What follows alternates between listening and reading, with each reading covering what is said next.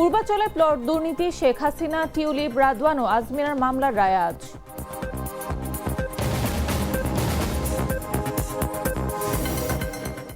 শরীয়তপুরের বাড়ি বাড়ি তল্লাশি, 95 হাত বোমা উদ্ধার।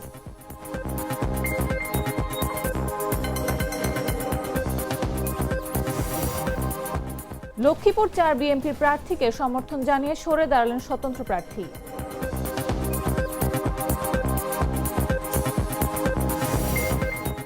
যুক্তরাষ্ট্র ইরান উত্তেজনা কমার ইঙ্গিত, বিশ্ববাজারে তেলের দাম কমল।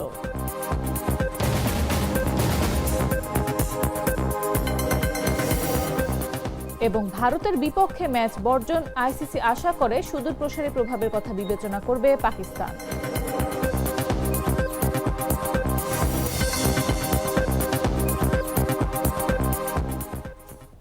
বেলা 11টা নিউজে সবাইকে আমন্ত্রণ।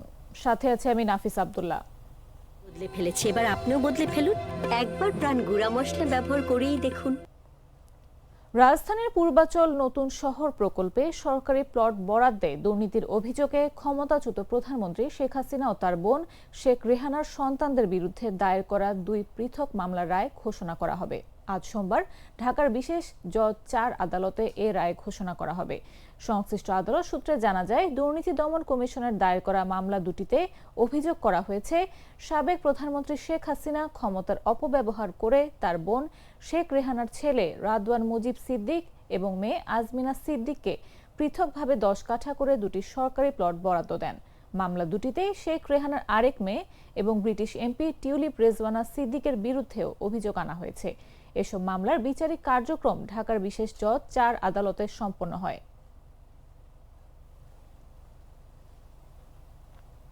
রাজধানীতে অফিস, আদালত, হাসপাতাল, ক্লিনিক, শিক্ষা প্রতিষ্ঠান বা একই ধরনের অন্য প্রতিষ্ঠানের 100 মিটার এলাকাকে নীরব এলাকা ঘোষণা করেছে ঢাকা মহানগর পুলিশ। এসব এলাকায় হর্ন বাজালে 10,000 টাকা পর্যন্ত জরিমানা অথবা 3 মাসের কারাদণ্ড হতে পারে। আগামী মঙ্গলবার থেকে এই আইন কার্যকর হবে। রোববার Dhaka metropolitan police commissioner Sheikh Mohammad Sajjad আলীর সই করা এক গণবিজ্ঞপ্তিতে এ তথ্য জানানো হয়। গণবিজ্ঞপ্তিতে বলা হয়, আগামী 3 ফেব্রুয়ারি থেকে বাংলাদেশ সচিবালয় এলাকায় উল্লেখিত বিধি অমান্যকারী যানবাহনের বিরুদ্ধে অর্থাৎ হর্ন বাজালে ডিএমপি ট্রাফিক বিভাগ কর্তৃক শাস্তিমূলক ব্যবস্থা কার্যকর করা হবে। পরিবেশ, বন ও জলবায়ু পরিবর্তন মন্ত্রণালয়ের উপদেষ্টা সৈয়দা রেজওয়ানা হাসানের উপস্থিতিতে বিআরটিএ, ঢাকা দক্ষিণ সিটি কর্পোরেশন, পরিবেশ অধিদপ্তর ও ডিএমপির ম্যাজিস্ট্রেটদের সমন্বয়ে সমন্বিত অভিযান ও জনসচেতনতামূলক সমাবেশ অনুষ্ঠিত হবে। সব সরকারি ও বেসরকারি গাড়ির চালককে শব্দদূষণ বিধিমালা 2025 অনুসরণ করে বাংলাদেশ সচিবালয় এলাকায় হর্ন না বাজানোর জন্য বিশেষভাবে অনুরোধ জানানো হয় গণবিজ্ঞপ্তিতে।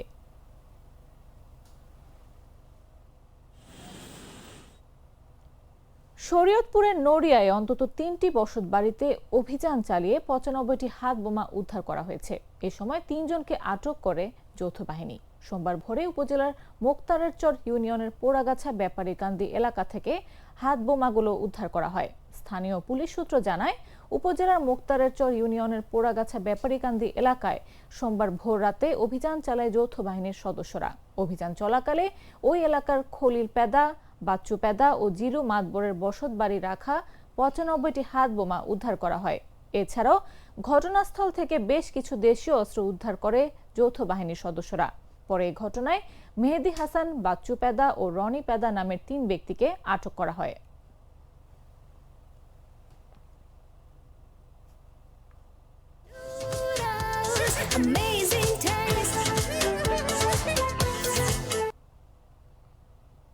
নারায়ণগঞ্জের 2500 এক বিএনপি কর্মীকে লক্ষ্য করে গুলির ঘটনা ঘটেছে। রোববার রাতে 2500 চৌরাস্তা থেকে বাড়ি যাওয়ার পথে এই ঘটনা ঘটে। ওই বিএনপি কর্মীর নাম আমির হোসেন। তিনি 2500 উপজেলার মাহমুদপুর ইউনিয়নের শ্রীনিবাসদী এলাকার বাসিন্দা। এই ঘটনায় তিনি 2500 থানায় লিখিত অভিযোগ দিয়েছেন। স্থানীয়রা জানান, রাত আনুমানিক 8টার দিকে 2500 চৌরাস্তা থেকে বাড়ির উদ্দেশ্যে গাড়ি নিয়ে রওনা দেন আমির হোসেন।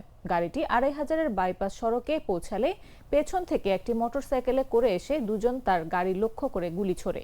এ সময় চালকের আসনে বসা বিএনপি কর্মী আমির হোসেন অল্পের জন্য বেঁচে যান। পরে তিনি গাড়ি থামিয়ে দিলে দুর্বৃত্তরা পালিয়ে যায়। 2500 থানার ভারপ্রাপ্ত কর্মকর্তা মোহাম্মদ আলাউদ্দিন বলেন, ঘটনাস্থলে পুলিশ পাঠানো হয়েছে। দুর্বৃত্তদের চিহ্নিত করতে চেষ্টা চলছে।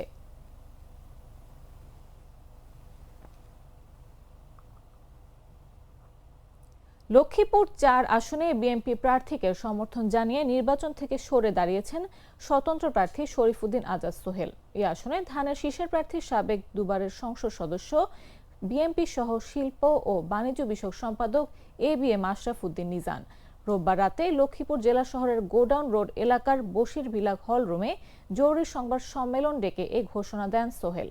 তিনি বৃহত্তর রামগতি উপজেলা বিএনপির প্রতিষ্ঠাতা সভাপতি ছিলেন। এ সময় বিএনপি নেতা নিজান ও সোহেলের হাতে ধানের শীষের প্রতীক তুলে দেন বিএনপির যুগ্ম মহাসচিব ও লক্ষ্মীপুর ৩ আসনের প্রার্থী শহীদউদ্দিন চৌধুরী আনি।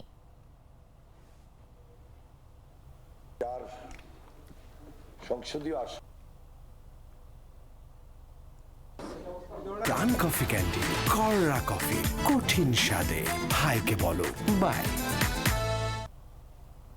জানাবো আন্তর্জাতিক সংবাদ।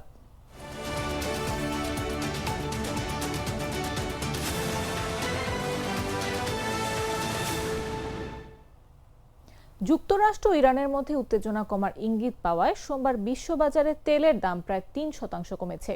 যুক্তরাষ্ট্রের প্রেসিডেন্ট ডোনাল্ড ট্রাম্প জানান, ইরান ওয়াশিংটনের সঙ্গে গুরুত্বপূর্ণ আলোচনা করছে, যা একটি ওপেকভুক্ত দেশের সঙ্গে সংঘাতের আশঙ্কা কমার সংকেত হিসেবে দেখা হচ্ছে।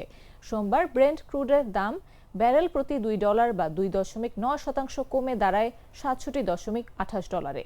একই সময় যুক্তরাষ্ট্রের ওয়েস্ট টেক্সাস ইন্টারমিডিয়েট ক্রুডের দাম $2 বা 3.1% কমে $63.17 নেমে আসে। এর আগে লেনদেনে যুক্তরাষ্ট্র ইরান উত্তেজনা বাড়ায় তেলের দাম বেড়ে যায়। তখন ব্রেন্ট ক্রুড 6 মাসের সর্বোচ্চ দামে পৌঁছায় এবং WTI সেপ্টেম্বরের শেষের পর সর্বোচ্চ পর্যায়ে ছিল। নিউক্লিয়ার চুক্তিতে সম্মত না হলে বা বিক্ষোভকারীদের হত্যা বন্ধ না করলে ইরানের বিরুদ্ধে হস্তক্ষেপের হুমকি দিয়েছিলেন ট্রাম্প। তবে গত শনিবার তিনি সাংবাদিকদের বলেন, ইরান যুক্তরাষ্ট্রের সঙ্গে গুরুত্বপূর্ণ আলোচনা করছে। ট্রাম্প বলেন, আমি আশা করি তারা একটি গ্রহণযোগ্য চুক্তিতে পৌঁছাবে, এমন একটি সমঝোতা সম্ভব যাতে কোনো পারমাণবিক অস্ত্র থাকবে না। বিশ্লেষকদের মতে ট্রাম্পের এই মন্তব্য এবং হরমুজ প্রণালীতে ইরানের রেভলিউশনারি গার্ডস নৌবাহিনীর পক্ষ থেকে সরাসরি সামরিক মহড়া চালানোর পরিকল্পনা নেই, এমন খবরে উত্তেজনা কমার ইঙ্গিত মিলেছে।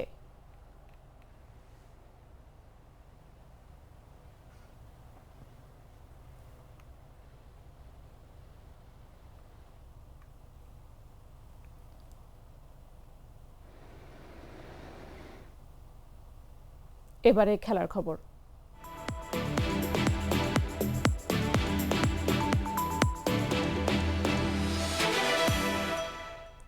প্রথমে টি-20 বিশ্বকাপ বয়কটের কথা উঠলেও শেষ পর্যন্ত তা আর হয়নি।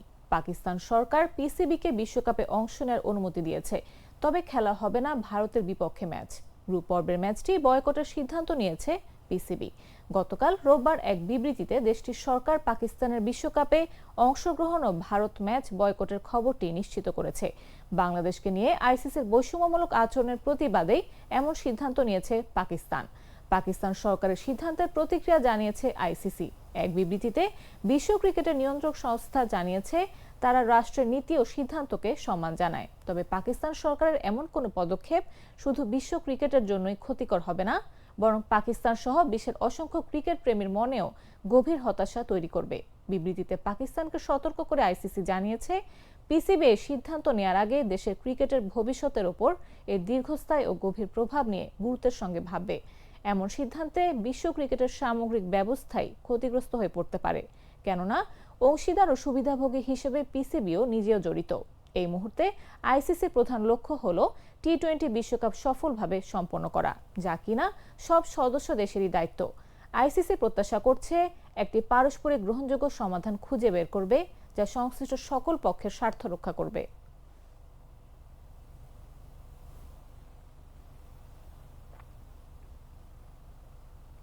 সংবাদ শেষ করার আগে শিরোনামগুলো জানিয়ে দিচ্ছি আরো একবার।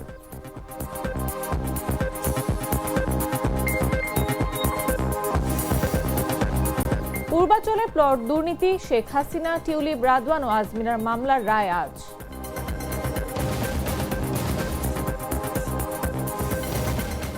শরীয়তপুরের বাড়ি বাড়ি তল্লাশি, 95 হাত বোমা উদ্ধার।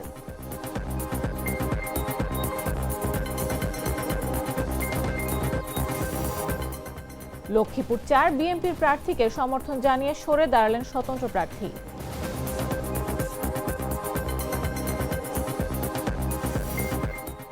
যুক্তরাষ্ট্র ইরান উত্তেজনা কমার ইঙ্গিত, বিশ্ববাজারে তেলের দাম কমল।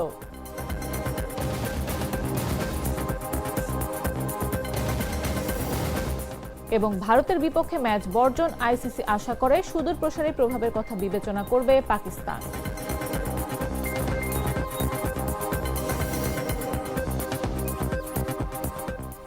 দর্শক, এই ছিল এখনকার মতো।